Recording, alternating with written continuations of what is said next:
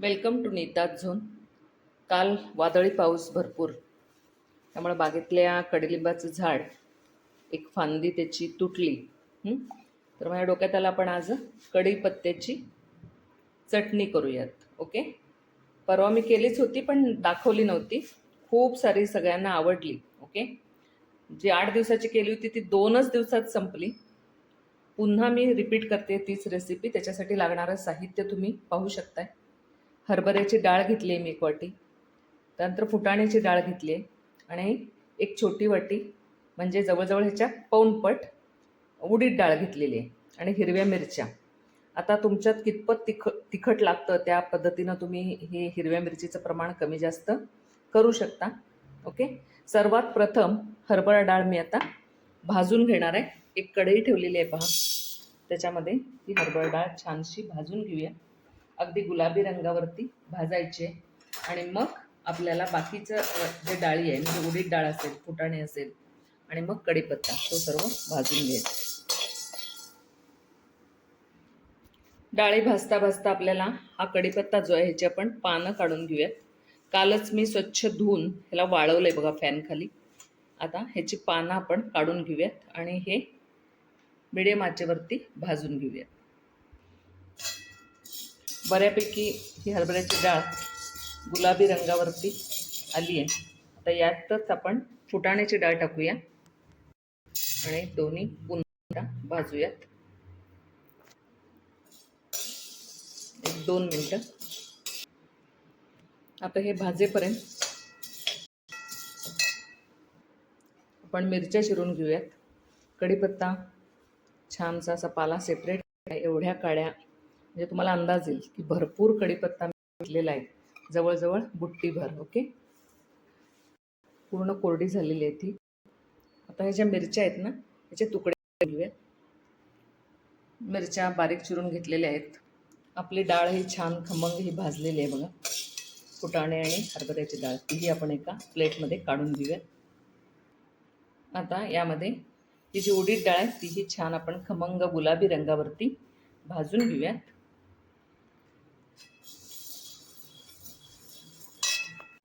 डाळ गुलाबी रंगावरती भाजली आहे. आता ही आपण काढून घेऊया. आपल्या डाळी आणि फुटाणे भाजून घेतल्यानंतर कढई टेबलस्पून एवढं तेल घ्यायचं.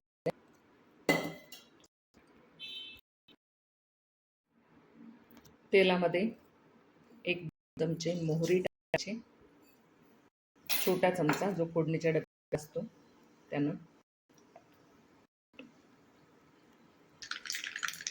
मोहरी तळतळायला लागली की आपण जो चिरून घेतलेला जी मिरची आहे ना, ती तुकडे मिरचीचे असे परतून घ्यायचे अगदी पांढऱ्या कुरकुरीपर्यंत. मिरची तुम्ही पाहू शकता एकदम कुरकुरीत अशी झालेली आहे. आता यातच मी थोडे जिरे टाकणार आहे, अगदी 1 चमचा, फोडणीच्या डब्यातला 1 चमचा जिरे.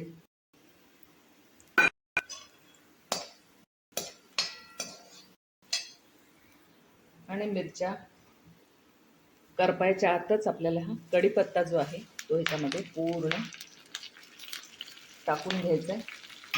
नंतर परतायचा आहे बारीक गॅस. जवळजवळ 3 ते 4 मिनटं बारीक गॅसवरतीच हे परतत राहायचं आहे. अगदी थोड्याशा तेलामध्ये सुद्धा हा जो कढीपत्ता आहे तो कुरकुरीत व्हायला हवा आहे. मगच चटणी टिकते 8-15 दिवस. एकदम बारीक गॅसवरती हे हलवत राहायचं आहे. एवढा वेळ आपल्याकडे नसेल तर मी सकाळी धुवून ठेवला होता, तुम्ही 1-2 दिवस आधी धुवून ठेवलात ना तर कढीपत्ता एकदम कुरकुरीत होतो. मग एवढं तेलही घालायची गरज नाही, एवढा वेळ भाजायची त्याला गरज नाही. आमटी, पोहे, उपीटात आपण कढीपत्ता रोज वापरतो कारण त्याचा वास असतो म्हणून तडक्याला वापरतो. पण खाताना नेमकं प्लेटात कढीपत्ता हा बाहेर काढून टाकला जातो. आरोग्यासाठी एवढा चांगला असलेला हा कढीपत्ता, मग त्याची चटणी जर केली ना तर आपोआपच रोज खाल्ले. आणि कढई जाड असल्यामुळं थोडं राहणार आहे. आणि हे जिन्नस थोडे थंड झाल्यानंतर मग आपण चटणी करणार. आता गॅस बंदच आहे. हे सर्व आपण भाजून घेतलेलंही याच्यातच टाकूयात. हे थंड होऊ दे, मग आपण तिखट मीठ घालून मिक्सरवर काढायचं. आता हे थंड झालेलं आहे. ह्याचे चवीप्रमाणे मीठ घालायचे, हळद थोडी घालायची याच्यामध्ये. ज्यांना मिरची चालत नाही त्यांनी मिरची स्किप करून तुम्ही डायरेक्ट पूड तिखट घालू शकता. ही थोडीशी हळद. आता हे सर्व जिन्नस आपण मिक्सरवर बारीक करून घेऊयात.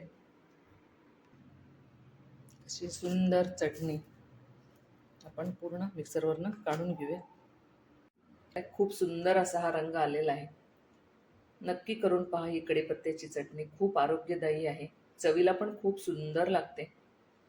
डोश्यावरती आपण जी फुटाण्याची चटणी वापरतो ना उत्तापावरती, त्याच्याऐवजी ही कढीपत्त्याची चटणी सुद्धा खूप सुंदर लागते.